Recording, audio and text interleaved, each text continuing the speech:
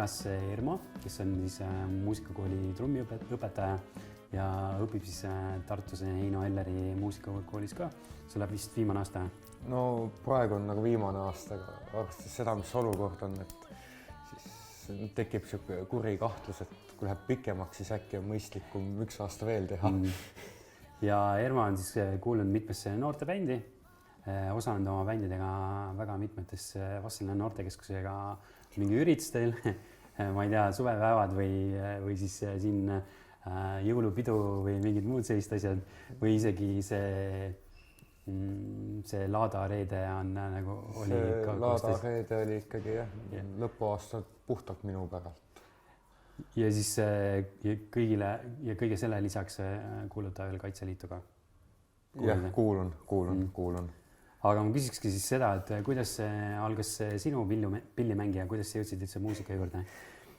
Et tegelikult ma alustasin esimesed õpingud, käisid pool aastat vanas muusikakoolis Valges majas seal kitarriõpinguid. Pool aastat, mis ma olin 3. klass. Ja siis klassivend õppis, et lähen ka, on lahe. Kui vana sa siis olid? 3. klass vist on 10 või midagi siukest. Aga siis too hetk rohkem nagu ei tõmmanud. Ja siis, kui muusikakooli tuli kitarriõpetaja Peeter Prints, siis kõik tahtsid hullult, läksid tema juurde õppima, tahtsid hullult bändi teha. Kuna oma sõpruskond oli, et siis mis ma ikka teen, siis ma lähen õpin siis trumme siis nii kaua, et saaks vähemalt koos midagi teha. Ja sinna see läks, ütlen seda igapäevaselt. No aga mõtlen seda, et päris paljud teevad mingit sporti või teevad, ma ei tea, mängivad sel ajal võib-olla mängiti arvutitega või mingit asja. Kõvasti mängiti. Ja, et miks siis muusika? Vot miks nüüd, see on võib-olla umbes 10 miljonit põhjust, aga lihtsalt ma arvangi, et kõige suurem oli see, et me saime nagu omavahel nagu ikkagi näost näkku iga nädalaselt kokku, tegime proove. Et see oli vast kõige suurem põhjus, et me ikkagi käisime nädalavahetuseti muusikakoolis kokku mängimas. Ja see Peeter oli siis see, kes tõi nagu need huvilised kokku? Kuna tema oli see uus värske nägu just kui tol hetkel, et oskab väga hästi mängida, hullult lahe. Siis ta hakkas vaikselt oma teadmisi edasi andma, nii palju kui ta suutis oma ajaga. Ja siis sul see huvi muudkui kasvas või? Jaa, see oli, et mida päev edasi põhimõtteliselt ma käisin, vahepeal ei olnud üldse õpetajad, siis käisid ise mängimas kadusansamblid ära, et kes läksid mööda Eestit laiali erinevatesse koolidesse. Siis ma ikka käisin rahvamajas mängimas, et mul usaldati võti, et kuna mu trummid nagunii seal olid siis juba, siis ma käisin iga nädalaselt ikka seal mängimas, kella 10 õhtul peale kooli ja vahepeal. Ehk siis sa mängisid trummi ja mängisid muid pille ka siis, jah? Jah, sest kuna mul põhimõtteliselt erialaõpetajad trummid ei olnud, siis ma võtsin muusikakoolist vist nii palju, kui võtta annab või andis too hetk, et rekordajal ma vist õppisin äkki 6 või 7 erinevat pilli samal ajal. Mõnda küll ainult pool aastat on ju, aga et ühel hetkel oli sellist kogus nii suur, et peaaegu igast pillist on hääle kätte. Aga millal nende bändide tegemine pihta hakkas? Nüüd peale seda, kui mul esimene bänd laiali läks, et kokku enam ei saanud, siis ma arvan, et siis tuli Viivika, tuli direktoriks, siis ma oma gümnaasiumi lõpuklassis juba hakkasin Mariann Toots neid saatma, Sikit saatma, et kitarri peal ja peale seda ma lõpetasin gümnaasiumi ära. Tulin kohe siia tööle, sest ei osanud midagi oma eluga peale hakata väga. Ja siis hakkas nagu uuesti huvi pakkuma jälle kõik see tehnika pool ja kõik, kuidas mängida, mida mängida, kust paremini mängida. Ja siis Viivikal oli üheks jõulukontsertijaks vaja mingit lugu või 2. Mariann ja Siti laulsid, Egert mängis kitarri, noh, või bassi, kus kunagi meil, ma mäletan, üks tolles loos vist oli isegi bassi, siis trumme vaja, noh, võtsin õpilase Claudia, tolle panime nii-öelda tanki, kellele sihuke muusikastiil üldse ei meeldi ja nii läks jälle bändi tegemine lahti tegelikult. Ja siis me tolle ansambliga Jäämägi tegime ikkagi jaanipäevasid juba ja no, et te olite juba... No ikka juba, jah. Ma mäletan, see esimene bänd oli vist sul see mingi punkbänd või mingi selline stiilis, et te käisite Võrus, oli mingi bändide võistlus ka vist ja seal mingis rannas. Madhouse, ja. See oli nii-öelda sellest esimesest bändist nii-öelda välja kasvanud, et seal mõni liige oli vahetunud, aga jah, kas ta just nüüd päris punk oli, aga niisugune noh, selline rock, pop, midagi siukest ja et oli küll see Madhouse'is ka, no isegi videod on veel kuskil alles, et leiab ikka. Aga see õpetajana töö hakkas siis pärast seda gümnaasiumist kohe pihta. Jaa. Et Viivika tuli su juurde ja ütles, et õpetajad on vaja. Noh, peaaegu, et tegin Peeter veel õpetas kitarri, et me tegime kultuurimajas niisama, noh, omavahel mängisime. Ma ütlesin, mitte midagi nagu teha ei oska ja no, pea on jumala tühine, et midagi ei oska nagu edasi teha ja siis ta mainis, et Viivika vist otsib, siis ma kirjutasin, et kuidas lood on. Läksin intervjuule ja siis nüüd ma töötan 7. hooaega. Aga alguses siis sellist trummiõpetajat üldse ei olnud?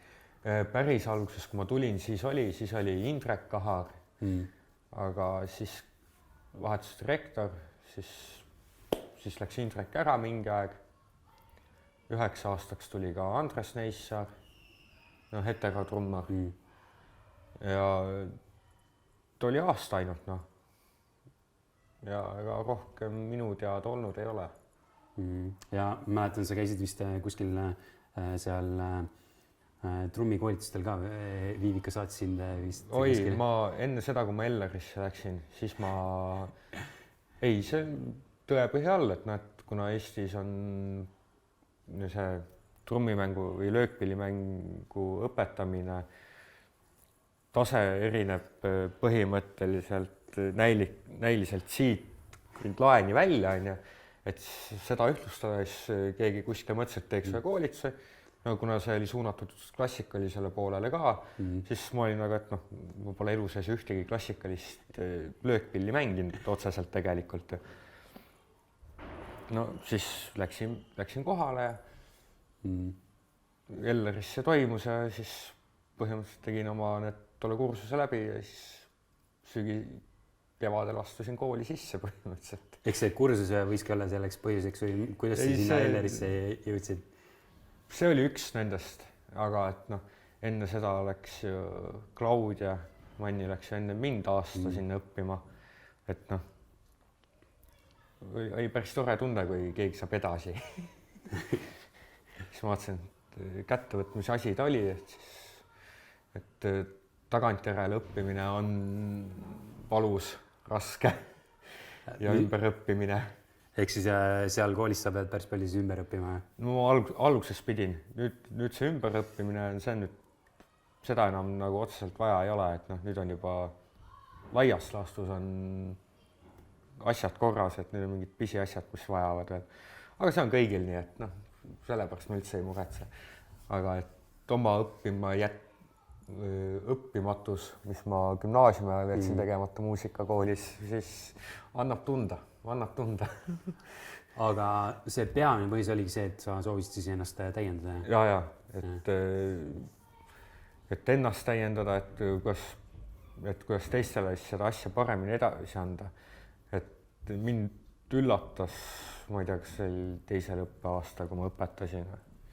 Et vabandust väljenduse pärast, et kurat, küll sobib küll siuke asi. Ja siis ma hakkasin aru saama ka, et noh, mida eelnevad õpetajad on näiteks minu puhul valesti teinud ja et miks mingitest asjadest ei räägitud ja no ma enam päris nii väike ka ei olnud, kui ma käisin seal, et ise õppima hakkasin, et siis tekkisid siuksed küsimused lihtsalt, et see edasiviiv jõud.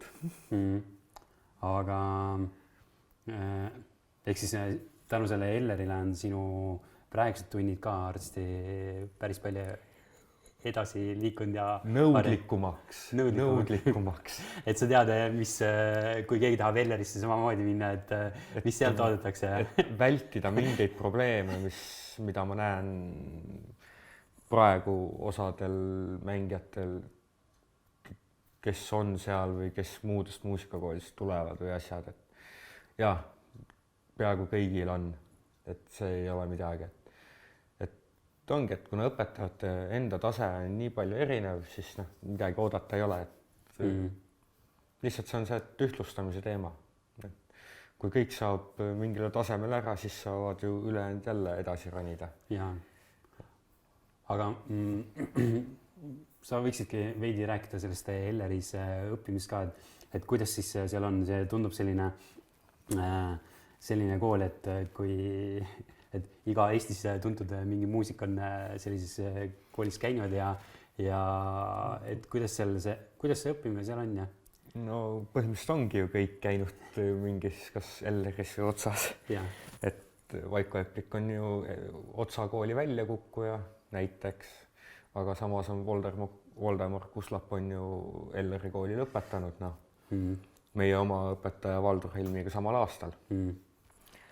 Aga et see õppimine, kool nagu kool ikka, et ei ole ainult pillimäng, et sul on ikkagi ju teooriaained ja solfedžod ja siis puhas muusikateooria, mis aastal on transkriptsioon, et sa õpid lugusid maha võtma, neid üles kirjutama. Ja nüüd viimasel aastal ka arranžeerimine, et kuidas lugusid ümber teha või. Aga samas ka siuksed kõige põhilisemad üldained, et mina olen gümnaasiumi lõpetaja, et mul on näiteks mingid muusikalood ja popmuusikalood ja siuksed asjad ka või pärimuspoole pealt, et me peame kõike teadma, et mingi põhja peaks igalt poolt alla saama, et vestluses ikka päris rumalana ei tunduks, tead. Jah, aga midagi huvitavat, naljakat seal juhtunud?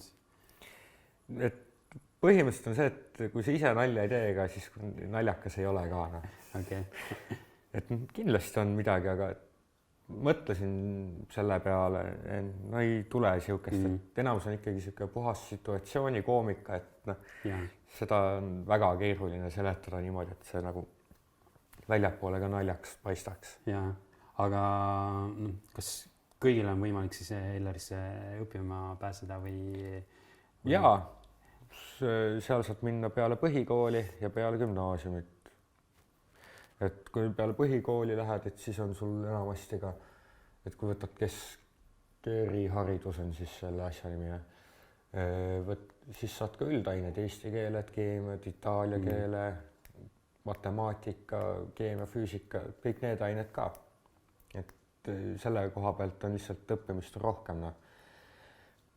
Aga et saab minna ka niimoodi, et sa lähed gümnaasiumisse kuskil mujale Tartusse ja siis käid Elleris samal ajal kõrvalt. Hästi paljud teevad seda näiteks ülikooli kõrvalt. Et praegu, kes mul samal kursusel käivad minuga, et üks on doktoriõpingutes,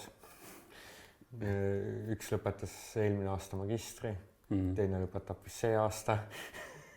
Et esimesel kursus samamoodi, et on nii kohe peale põhikooli, kohe peale gümnaasiumit või siis ma ei tea, ongi ülikooli mingi 3. aastal või mis iganes, et kuidas kellelegi. Ja ma arvan, et see oluline asi, mis sealt saab, on kindlasti see võrgustik ka, et muusikute võrgustik ja et sind kutsutakse ja saad kellegagi mingit asja koos teha, et see on, ma arvan, kõige väärtuslikum asi seal. No need õpetajad, kes seal on, need on ikkagi ju Eesti ühed kõige paremad üldse ju. Et kõige rohkem, mingi aeg kindlasti siis kõige rohkem mänge saanud inimesed, et praegu on, praegu ei ole kellelgi nii või naa, et kui meil on õpetajateks Jürmo Eespere ja Alari Piispärt, kes on, ma arvan, et kõige tuntum nimi on ta just sealt kõrsikutest või siis Peht-Päss ja oligi kõrsikutest põhimõtteliselt on ju.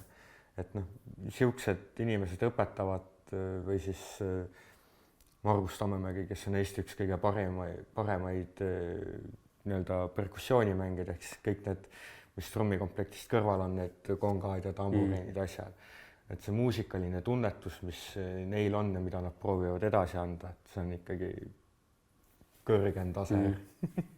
Aga kui minna tagasi nende noorte bändide loomise juurde, et kuidas need bändid üldse alguse on saanud? No eks nad suurelt jaolt ülejäänud peale jää on ikkagi kõik minu nii-öelda kokku kutsutud olnud. Et üksi on igav mängida. Esiteks üksi on igav mängida on ju. Ja teiseks, et siis oleks teistel ka vähe põnevam, noh, et mis nad ikka üksi mängivad kodus teada või et noh, 2 kitarri koos on ka väga tore, aga et noh, vahepeal oleks ju tore, kui ka oleks ka muud asjad olemas. Ja kuna too hetk oli siukseid inimesi ka, et kes nagu tahtsid, viitsisid ja said, et siis oli seda lõbusam on teha, kui on tahtmine ka. Mingi hetk ei olnud muusikakoolis üldse neid bände, aga mis sa arvad, mis neid bände sinna tekitama siis, mis oli selleks algatuseks, et hakkasid bändid jälle tekkima? No esimene asi oli siis, kui Peeter tuli, et siis oli see ansambel, kus mina olin, oli Cosmo, nii-öelda vanemad poisid siis noh. Peale seda siis oli see, et oli nii vaja, et keegi kuskil mängiks, noh, et noh, ongi, kas need Laada eelõhtud, esimene aasta oli ju 3 tehti seda üldse, noh, seal vedas Viivika seda asja, teine aasta tegime meie ka juba natukene oma jääga ja edaspidi anti järjest rohkem koormust mulle lihtsalt sellega, et noh, midagi teha, loomulik asjade käik, ütleks nii. Et mida rohkem on õpilasi, kes tahab seda teha või inimesi, et seda lihtsam ja parem tulemus tuleb ka. Ja aga te ei mänginud ainult kellegi teise laule, vaid et te tegite ise ka laule vahepeal? No see oli puhtalt, kuna ma sain Claudiaga niisama, noh, Claudia vanematega ka väga hästi läbi. Ikka seal sai vahepeal käidud ja oldud ja siis tekkis mõte, et nüüd võiks proovida, et noh, päris ansamblina teha seal. Siis vaatasime, noh, kes kellega niisama läbi käis, et kes võiksid ja mis oligi siuke, et ma arvan, et me kirjutasime esimese hooga mingi vähem kui aasta ajaga mingi siuke 15 lugu küll valmis ära. Te proovisite isegi sinna salvestamas käia? Ei, me ikka käisime ka paar korda, et aga noh, et ma arvan, et kui nüüd uuesti, et noh, kuna kõik on jälle laiali, et kui nüüd suudaks asja kätte võtta, siis tase tõuseks jälle umbes 3 korda kogemuse põhjalt lihtsalt. Ja siis tuleks veel paremini. Aga noh, et see nõuab ikkagi kõigipoolselt siukest hullu suurt pingutust, et see aeg leida, et omavahel kokku saada. Et noh, et mina olen käinud tööl Elleris, noh, Vassilina Tartu, et Claudia on enamus aega Tartus on ja Mirle elab ka samamoodi Tartus, noh. Anita on Võrust, käib koju vahepeal on ja et noh, kuigi Eestis ei ole pikki vahemaid olemas, igale pool heivad paari tunniga, siiski. Ja need Vassilina bändide häda ongi olnud see, miks nad laiali on läinud, sellepärast, et inimesed on laiali läinud, et muidu isegi võiks ju edasi teha, aga kõik on täiesti erinevates kohtades olnud kogu aeg. Ja see on üks kõige suurem siuke probleem ongi, et inimesed lihtsalt lähevad, see on loogiline, et lähevad ja et noh, mujalt on ka vaja haridust saada, et noh, aga et kui ükskord tagasi tullakse, siis on jälle tore vaata. Ja. Aga mis siis sinu lemmiklugu on, mis te kirjutanud olete? See on umbes, ma kasutan klassikute väljendust, et see on umbes sama hea nagu oma laste vahel valimine. Kindlasti mõni on toredam vahepeal kui teine, aga et niimoodi ühte välja tuua no.... Aga kas mõne loo kohta saab öelda, et see tuli eriti hästi välja? Jaa, saab. Just nagu üleüldises plaanis, et kõik nagu justkui toimib. Eriti nüüd, kui ma olen aastaid hiljem, nüüd aasta-kaks hiljem kuulanud näiteks kas või muusikalilugusid, siis noh, ilmselgelt peame arvestama sellega, et noh, õpilased mängivad ja õpilased laulavad. Et noh, ei saagi ju nõuda mingit siukest suurvormi. Et siis seal oli küll niimoodi, et kuulad 3 lugu vist olid küll niimoodi, et kui praegu peaks uuesti tegema, suht 1-1 peaks maha tegema tolle. Et jaa, muidugi alati saab paremini tehniliselt ja keerukuselt ja mis iganes või musikaalsemalt, nagu mõnele meeldib ütelda. Aga et tol ajal või noh, tol hetkel, kus oma mõistusega olid ja et noh, kõik need asjad toimusid ju enne seda, kui mina või Claudia õppima läksime ju tegelikult. Et puhtalt selle pealt siukseid asju teha juba oli, siis oli küll tunne, et peaaegu nagu oskaks juba. Korraks tekkis. Aga kuidas kuidas üks laul üldse tekib või siis võiks öelda, et kuidas seda luuakse, aga pigem tundub, et see pigem nagu tekib. Ei no kindlasti saab luua ja luuaksegi hästi palju, et kui võtta nüüd mingi Stig Restad ja Fred Krugerid ja asjad on, nemad, see on nende töö, nad ju istuvad põhimõtteliselt 8 tundi päevas pillide arvutite taga, et lihtsalt mõtlevad, et nii, kuidas nüüd see käik võiks minna, või et noh, nad kirjutavad umbes 100 lugusid ja sellest umbes 100 lugu ja sellest umbes 5-10 jõuab niimoodi, et noh, esitusele kuskil noh. Et see on siis, kui sa juba teed seda nagu igapäevatööna, et leiba lauale saada, et siis on see juba tegemine, et siis sa enam ei loo midagi. No. Siis on puhtalt nüüd, kuidas loogika käib.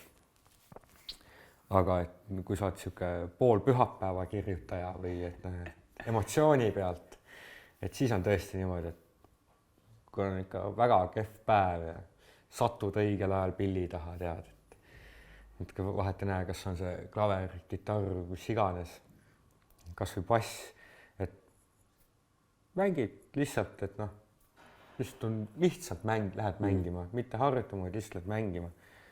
Siis avastad, et nii.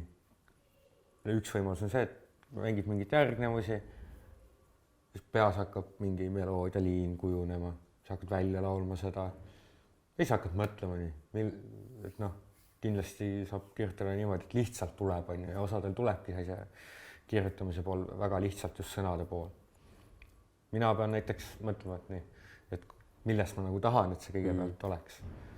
Et kui ma tean umbes, et millest see võib olla, siis hakkad lihtsalt proovima, kuidas ta rütmiliselt sobib ja need mõtted, mis peas, aga nii kui idee tekib ja kui välja ütled ja see sobib, nii peab kirja panema, muidu läheb meelest ära lihtsalt see, mis sa 3 sekundit tagasi ütlesid.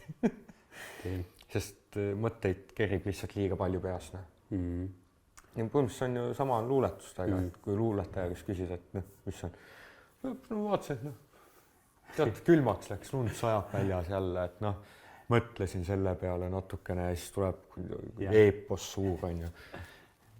Umbes sama heana. Aga kas selle muusikali lugude tegemine ja sellise lihtsalt laulu tegemine, kirjutamine, mille poolest need erinevad? Muusikali puhul on sul ikkagi teema kogu aeg. Et on läbiv teema ja siis on need nii-öelda kõrvalteemad, et noh, et millest keegi miski laulma peaks või. Et ma arvan, et sellest olenebki kõige hästi palju, et kui sa niisama, mis nii, noh, vabal ajal justkui teed seda, et siis on sul ju vaba voli teha, millest tahad. Sest teed kuust päikesest või mingist suhete draamast on ju kasvõi, et vahet ei näe. Aga et kui sa teed muusikalile, minu puhul siis muusikalile sa pead ikkagi lähtuma laias laastus teemast, et millest sa räägid. No. See vast on kõige suurem erinevus. Siis ma olen kogu aeg mõelnud selle peale ka, et kui võtta Smilersi laulud, siis on kõik samasugused või Taukari laulud on kõik samasugused. Et miks muusikatel nii on, et nende käekiri, see on iga, et kui sa võtad Jaagup Reemi laulud, vahet ei näe, kas sa võtad aastast 93 või 2000, ma ei tea, 20 on ju, mille see viimane album välja tuli neil. Et noh, sa saad aru, sa ei pea isegi ootama ja kuulma, kuni ta laulma hakkab, sa saad aru, et see on Terminaator. No. Yeah. Et igal ühel on oma keel. No. Ja muidugi saad aru, kui tegu on Sven Lõhmusega. No. Siin ei ole küsimust ka. No. Yeah. Et see on lihtsalt, et kuidas kellelegi mingeid asju meeldib luua. Et mis... Seal on küsimus see, et kes seda esitab lihtsalt, et võetakse, otsitakse lihtsalt uusi esineja lihtsalt. Ja seda ka kindlasti, et, no, et kui ikkagi Smilers annab loo välja, siis noh, kõik raadiojaamad lasevad seda.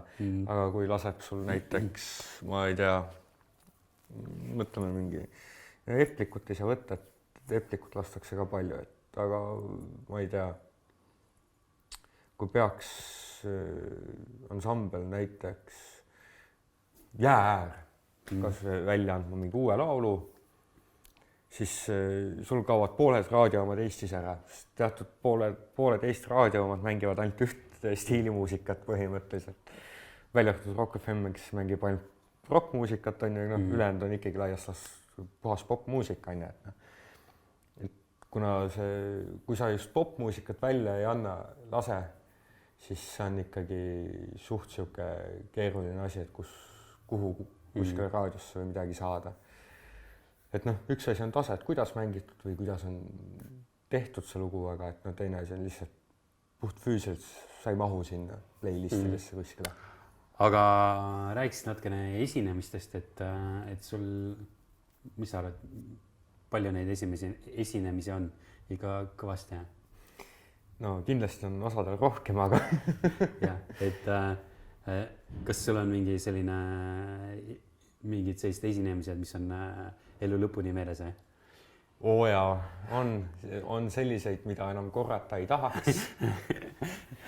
on selliseid, mida tahaks lihtsalt suuremalt veel teha, paremini teha, aga et noh. Aga mis see kõige vingem esinemine siis on olnud, mille puhul on sul olnud hea meel, et sa oled läinud esinema? Ma arvan, et üks selliseid kordi oli, kui mina Claudial kasuisa ja siis mul abikaasa läksime, tegime Vanemuise kontsertsaalis, tegime 3 lugu, poolakustiliselt. See oli niisugune suur saal, rahvas täis, kõik siuke. Et oli tore küll siukse 500 pluss inimese ees esineda. Võiks veel. Aga et siukseid ansamblitega, et ma arvan, et ühed parimad ajad olid siiski, et noh, Tartus oli näiteks viimased. Ei, see aasta oli, nüüdseks siis eelmine aasta, oli Narvas, oli hästi tore esinemine. Ja oma Tartu ansambliga, kus me tegime mingi tund 20, midagi siukest, tegime pool tantsumuusikat. No. Vot see oli siuke, et no, inimesed tantsivad, kõik elu toimib. No. See on see, mille pärast võiks ka ainult mängimas käia, et no, näha seda. Ja enne seda oli Tartus veel aasta enne seda siis. Et enne seda, kui kõik kinni läksid. Aga kas sa saad öelda, et sul on mingi esinemine on väga oluline olnud või selline tähenduslik sinu jaoks? Tähenduslik? Või oluline?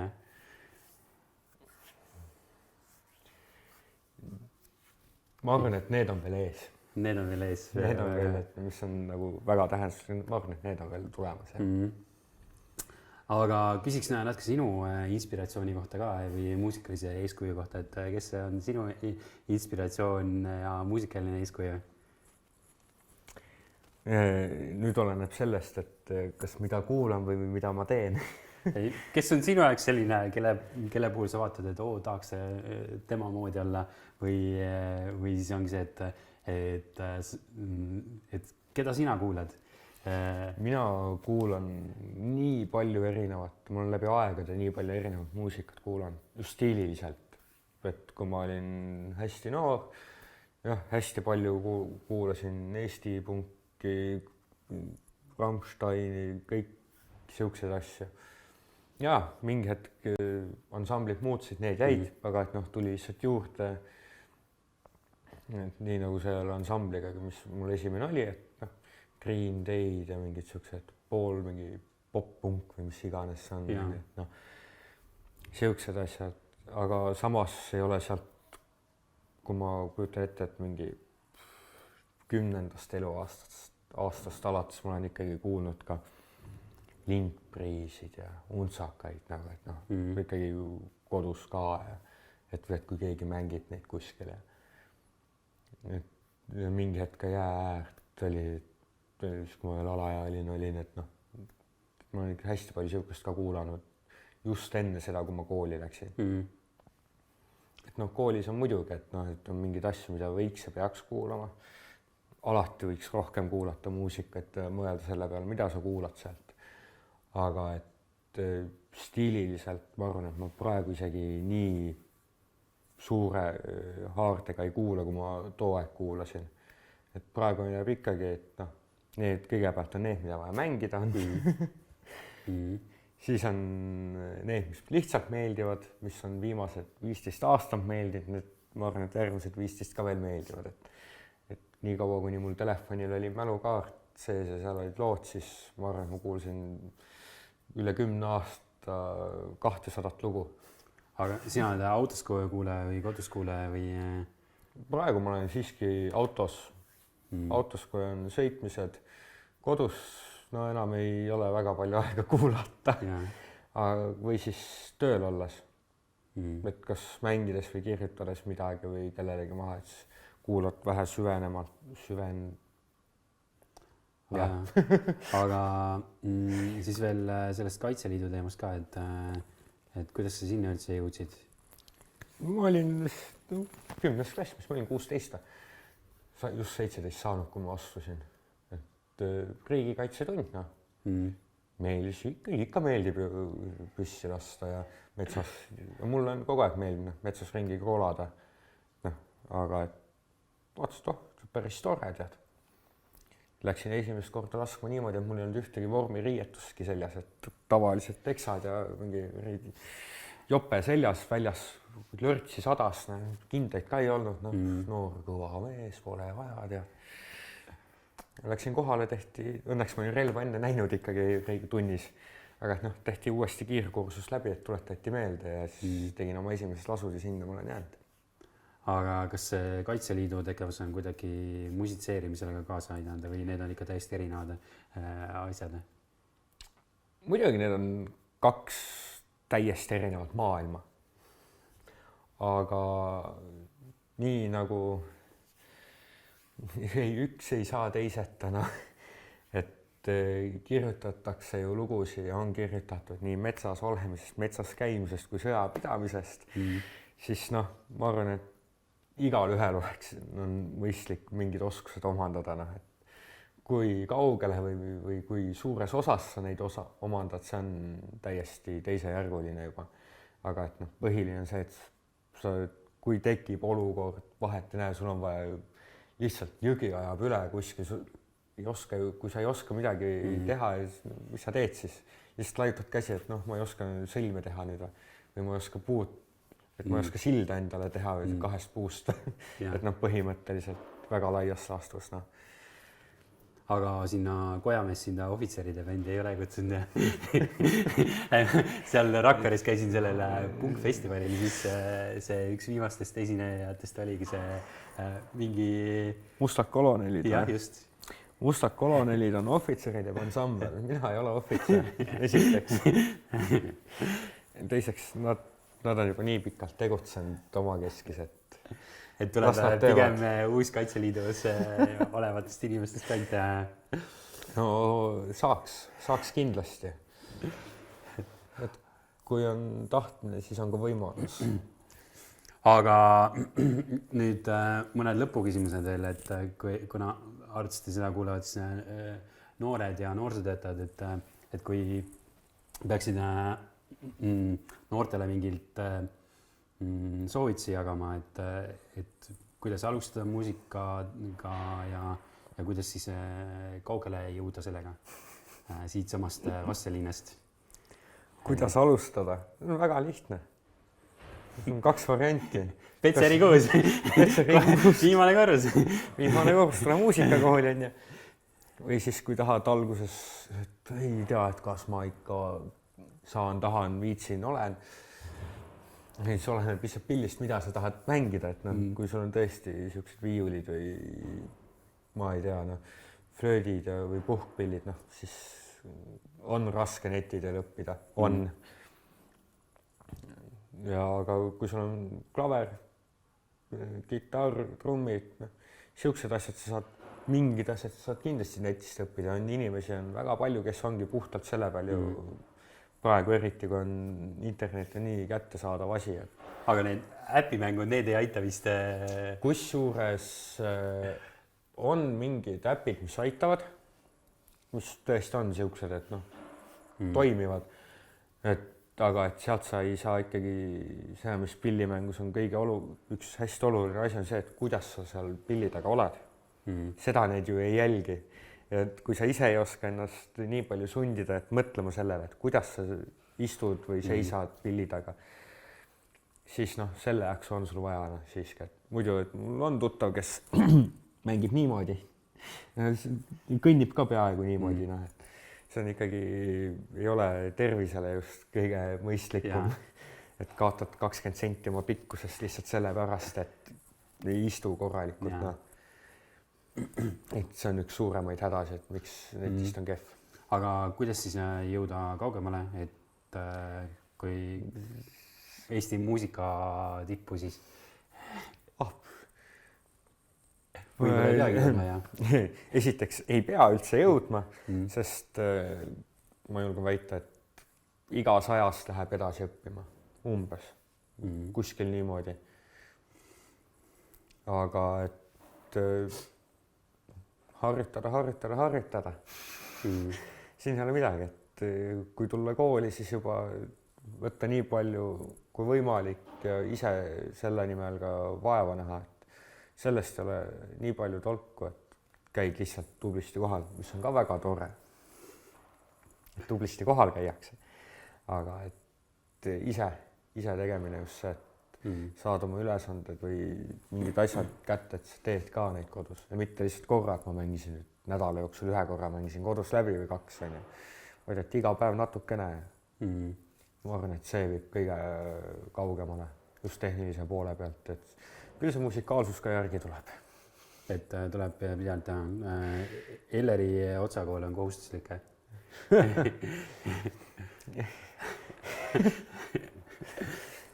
Elleri otsakool koos. Ei, ma küsin, kas on või ei ole? Muidugi ei ole, ei pea. Saab ilma ka, jah? Muidugi saab, aga sealt tulevad jälle need, et saad inimesi rohkem teadma. Ja see on nagu suur pluss.